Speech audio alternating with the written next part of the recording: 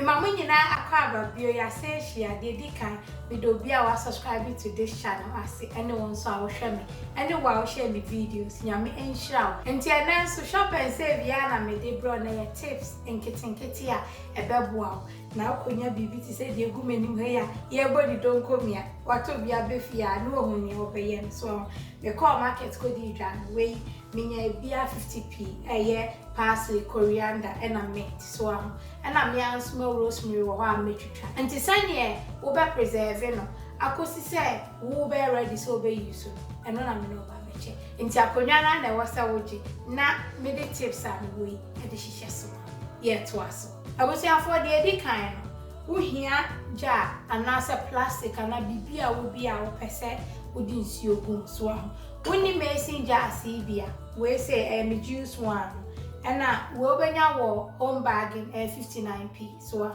and we smith or IKEA so unti no baby a ubenya bia to bia ko pound shop so and na say mo US ni ade no ko $3 and na say baby a nyoma airphone say original me chemo no akwa bibi sa so na dia tusu mienu wenya o jars a odi besisi so no wa pension no fancy no na mo fa ice water o fa ice water abon se na o herbs no e ma ne shock na afidi amwa no so nti menye room temperature na wa hwie nsuo ni bi egu ja bi a wo pem so de kakra bi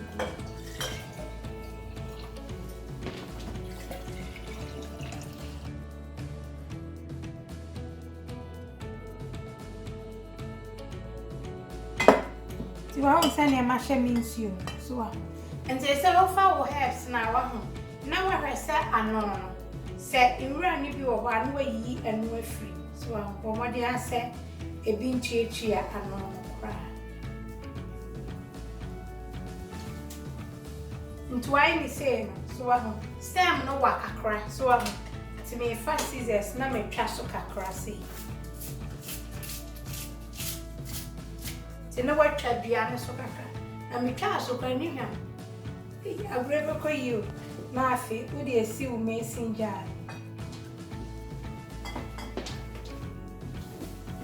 so asanya ai amti media no sinchi ase wa hwe ade wie so me kwa ka akono ya amusima me nka onso hwe se ni ade aya akono so na afi me wo maintain so wa hase Enti wa me menti Saudi besi nsuo no mu abomode asa wo stem no leaves bia eni ho so wa enti no me second one ni yi enra me fi enti entungo eno so ubetumi ade another recipe enti ano sane e one enti no me besi long jar we see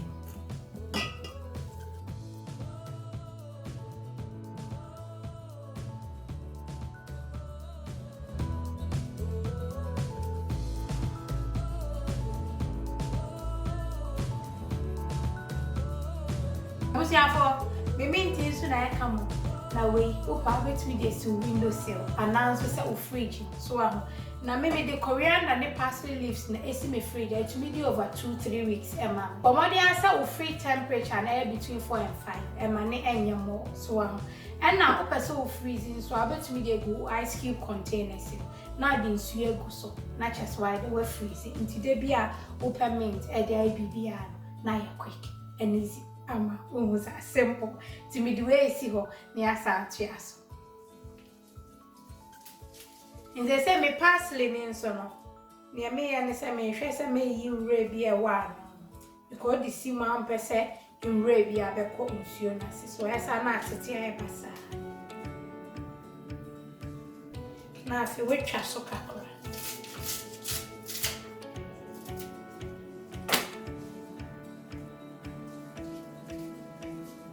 Nti bomode asa wonsuo no ebe wo ne pon na se so na meka leave eno so de esi wa hwe we opa would be ya ayo nti setting no za na ekoyi wa nti no so mi de esi ase nefe nti say de me ne wo ba beye eye me rosemary a me twa free garden ma me nchiro ne me ba beye ti me rosemary no so ho me tete near was in the go.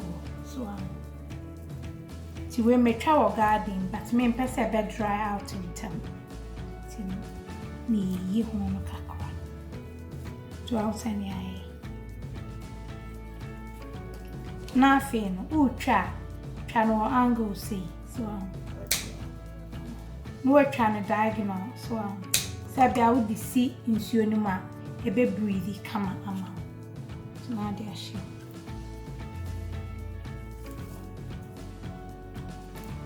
Dear me now, so made the way at dear mean to I say trying to diagonal.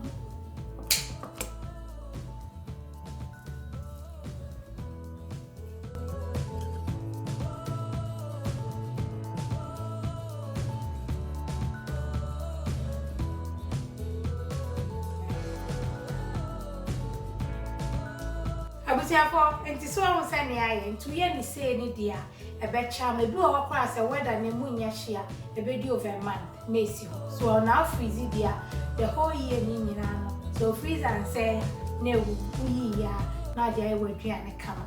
In Tinyamia Duma, Messa the more tips are going to subscribe to this channel. Oh, no nearby, or down for over. Now, me church on your man kitty, a bombarding answer, subscribe if you say they did this so bad when you bet him. I love you, God bless you. Nasani Adebia Mekano, Adebia Oyen, for the shame. Nayan is answer, 9 man pipe or Edianima, Niakano, Unyami, I love you, God bless. Mwah.